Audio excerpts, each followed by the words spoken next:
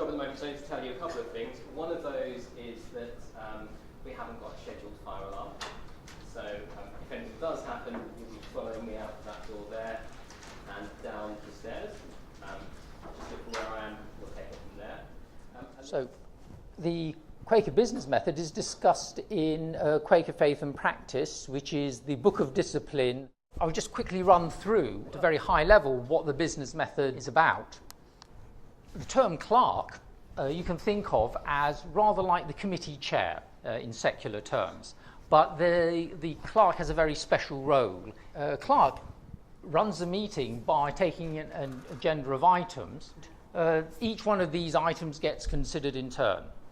The clerk usually presents the item, a brief summary of the item, opens up I'll call it discussion for the time being, although it isn't really a discussion in the sense that we would normally think of a discussion, for friends in the meeting to give their views. And there are particular ways in which that's structured. Then the clerk writes a minute summarising the discerned position of the meeting for the record, whilst everybody else in the meeting, and this I think is perhaps one of the most surprising things, sits in silence. The clerk reads the draft minute back to the meeting, and the people can then make comments about the minute, which changes its minor details rather than the overall content of the minute. So this is my understanding of, in theory, how it should work. But there's lots of details which we would need to unpack for all of these points. My account of the business method is drawn both from Quaker Book of Discipline, Faith and Practice, but also on my observations of many different Quaker business meetings, some of them conforming to the ideal and some of them very far from the ideal. Faith and Practice, sections 2 and 3 basically are the sections which address how meeting for business should be run. Bullet points, summaries of them are on the left. Okay? You can find this actually online if you just go to the main Quaker website. One of the claims is that it's been tested for 300 years and developed and incrementally tested. Okay? And so as a scientist, that immediately got me interested because, well, maybe through a process of some kind of evolutionary selection, those aspects of it that worked well were kept, and those aspects which were less functional were dropped. And so maybe there's a good reason why business method works. And there are ideas such as you shouldn't be lobbying and using rhetoric in order to get your argument across when you're invited by the clerk to talk. Especially you shouldn't be jumping up and making strong rebuttals immediately. So there should be a silence between each contribution when someone's making a point. Okay? And this length of silence really depends on what the clerk decides is appropriate. We're asked as an expectation of running the method to consider each point that anybody makes and reflect on it. So you shouldn't be thinking about, okay, what am I going to do to rebut the last thing that was said or to argue against the point in general, but to actually listen and think about the points that are being made. And this is the role of the silence here. We're also asked to balance fear of novelty with well-considered option. If something is novel, we might have a gut reaction against it, but we're asked to try and keep in check those kinds of reactions. Section 2.9 also talks about the importance of listening, not persuading, and not reiterating points which have previously been made. And so this is something which typically happens in many meetings. Just like the meeting I was chairing yesterday, there were particular people who wanted to restate their points many times, rather like a battering ram, to try and persuade everybody else. There's this process of discernment. The clerk is meant to be taking and listening to all of the views that are presented and quietly then coming to some sense of what it is that most people are thinking in the meeting, getting a sense of the meeting. But this isn't getting compromise or consensus. It's something different, and this is really very clear, both in practice and also as stated in Faith and Practice. And it's really important so that you don't get everybody just aggregating around some mishmash of all of the views that are presented. And the way that this is expressed is the meeting is meant to settle and unite on a particular view, and the clerk sort of then summarizes that in the minute. So there's some process going on here which, at least in my experience, often, not always, but often works. So seeking unity, again, is emphasized in section 3.6. And so these sections 2 and 3 in Faith and Practice deal either with the role of the clerk in the meeting or as instructions to the whole of the individuals in the meeting about how the meeting should run. So that's the difference between these two sections. And so everybody's also asked to think about when the sense of the meeting is reached. Contrary views should have been aired and heard. This is not meant to be a process of getting consensus or compromise. There's no voting, because voting really would differentiate and set apart some against the other. So recognizing minority views and acknowledging minority views in a group is really important. Just to work the method and trust that it works, and don't expect there to be sudden agreements, and that it may well be the right decision of a meeting is to delay making a decision and leave it to another time. So it's really a very difficult task for the clerk to decide whether or not that's the case or not. We're also asked not to block a minute which we feel strongly against if the rest of the group think that it's the right course of action. And this, you will immediately think, but this then contradicts the idea of compromise and coming to consensus. Okay? And maybe there is a difference. Okay? And I think this is a particularly hard aspect to try and square the circle of. So finding new solutions that supersede our initially valid views, initially held views, is very much what this process is meant to be about. Trying to get innovation, trying to get some creativity in the decision-making process. So what the clerk does is, after views have been invited and people have spoken, the clerk then tries to summarize or more than summarize, come to some statement about what it is that the whole meeting thinks that unites the meeting. Okay? And this act of uniting authorizes the clerk then to draft the minute. If the minute is then accepted, then that's then what authorizes the decision that's then taken. So it's very much a collective activity. Minutes are not prepared retrospectively. It's not the case that you write the minutes afterwards and then at the next meeting you ask the people who are there, is this what was agreed or not at the last meeting? Okay. Of course, you then have to wait for the clerk to write the minute, and this is quite a challenge for somebody right there and then to take all of the views, in some way synthesize them, and then summarize them in such a way that people will unite behind it or set aside their differences. My approach to thinking about the business method is to actually do what scientists do, which is to decompose things and then look at their component parts. I've identified 29 different specific components and then organized them into 9 different aspects. Here there's 4 of them, and there's then 2 classes of these aspects. So there's a role of silence, and the meeting should begin and end with a period of silence, a few minutes. There should be silent pauses between contributions, and at the clerk's discretion, these may be made much longer.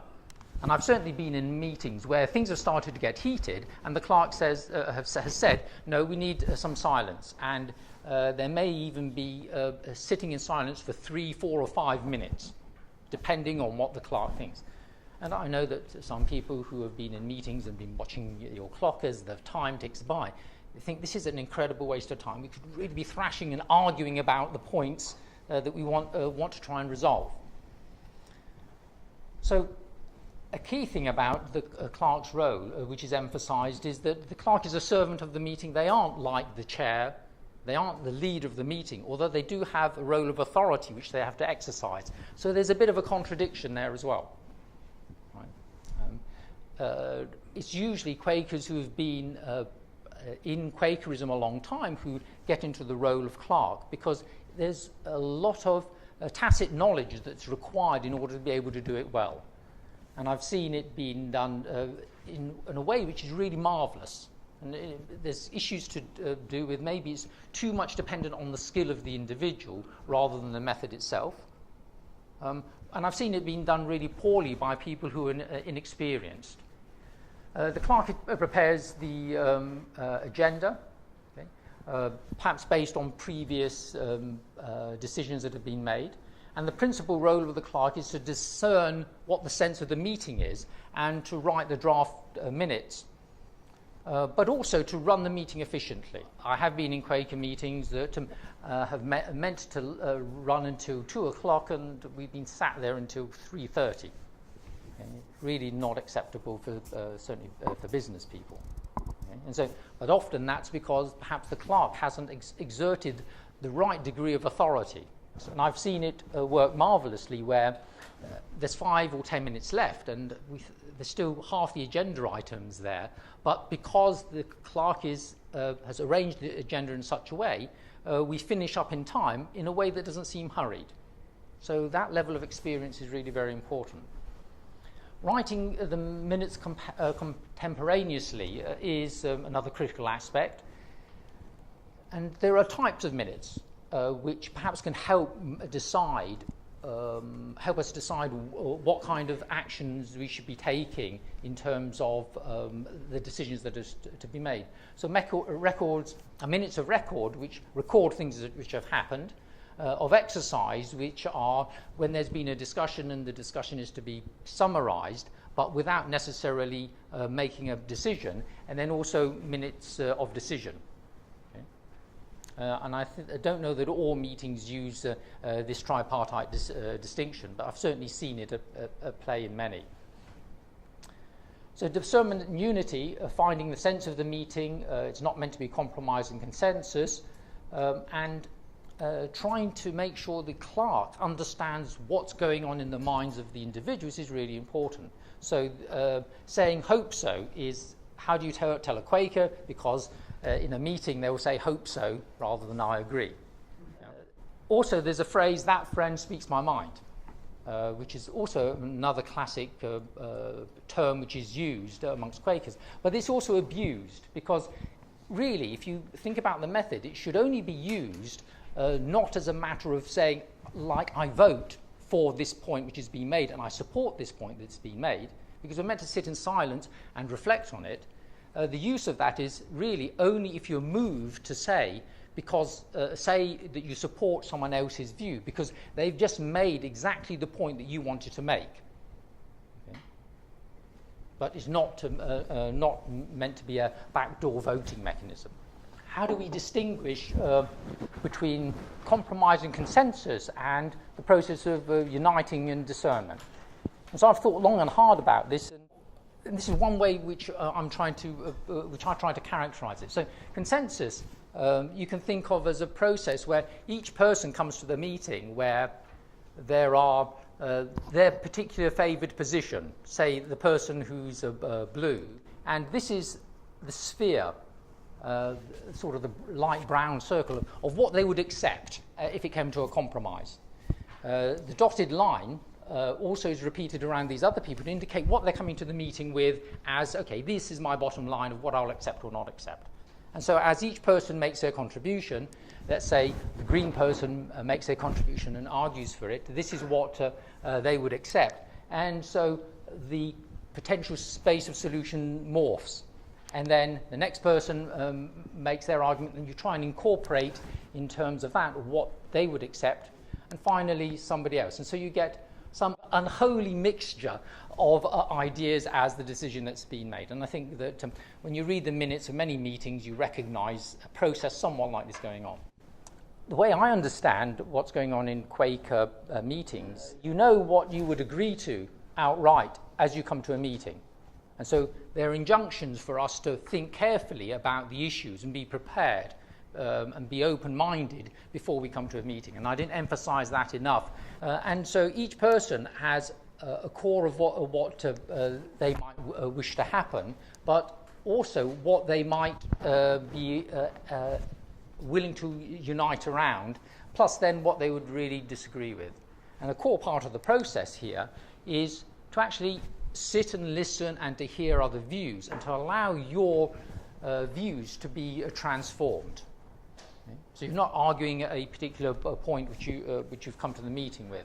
If you look from a bird's eye view, what might be happening is each person comes with these different positions and ideas. Over the course of the meeting, then they may shift their positions. And if there is some truth out there to be found, then they will move perhaps a bit closer to it. And the black dot represents what the clerk is doing, listening to all that's being said.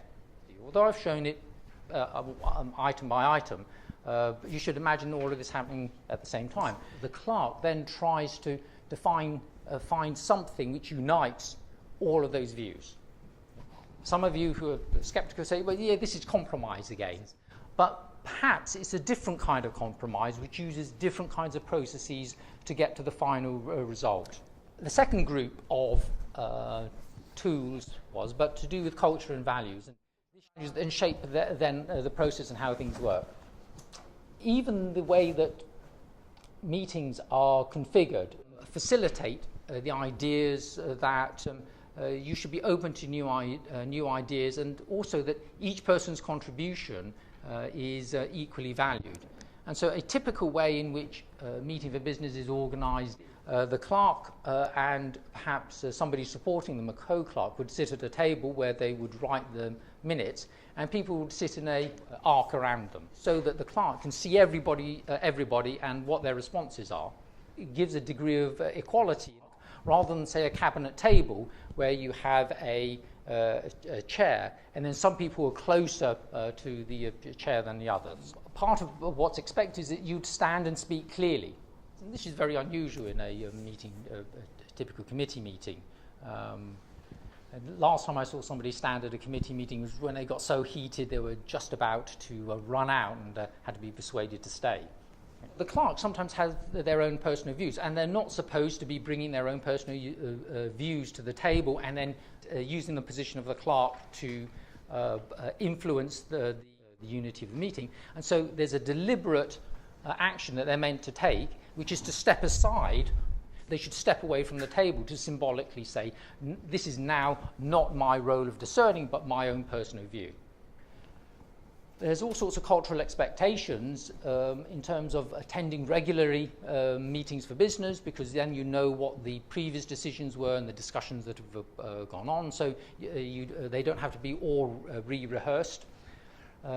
You should only speak once unless the clerk calls you again. So jumping in isn't something that's done, and I've certainly been in meetings where there are people who've been really itching to say things over and over again, and the clerk has basically refused to call them. Onus on all of us to be personally responsible in being prepared. So if there are documents which have been prepared ahead of time and there's been effort and care to do that, then you should read them and think about them before coming along. So there's a discipline that's required. Okay? The hope is that maybe because people have done the work beforehand, then excessive amounts of time aren't spent with the clerk having to go into the minutiae of the arguments which are presented. We can just do a quick summary just to remind people. And there's the discipline regarding the unity of the meetings. Approach is to try and get unity in the meeting so that you can make decisions. Open-mindedness is another one of the values. So hearts and mind prepared is a phrase that Quakers will all be familiar with. But also the idea of entertaining thoughts which you wouldn't previously have wished to entertain. There can also be preparatory meetings, which could be standing committees in effect. But there are also specific meetings, clearness meetings, threshing meetings, and sharing meetings, which are designed to try and open up debate, open up conflicts, and explore conflicts ahead of time. Okay. And there's particular ways that these work. But all of these meetings, the standing committees and these other meetings, are supposedly meant to run in a Quakerly fashion using the business method. So the business method gets passed down to lower level meetings. Another important aspect here is corporate values, okay, discerning corporate values. So these are not supposed to be anodyne, and they have gone through a long process through many generations, perhaps, of Quakers in order to settle on ideas such as peace, truth, equality, simplicity, or sustainability. And these are advertised prominently in many meeting houses. So this is in Brighton Meeting House, and this is in Philadelphia Central Meeting. If you don't know what to decide, go back to the testimonies and ask, what would simplicity ask of us? What would peace require of us? Of course, you say perhaps that, well, many corporate organizations have their list of goals or list of values, but how seriously do you actually take them into decision-making meetings and use them? And I've seen this used really well in some Quaker meetings where a decision is going to be made, but somebody says, yes, but what about simplicity? And everybody then suddenly realizes, oh yes, this is really complicated, unnecessarily complicated.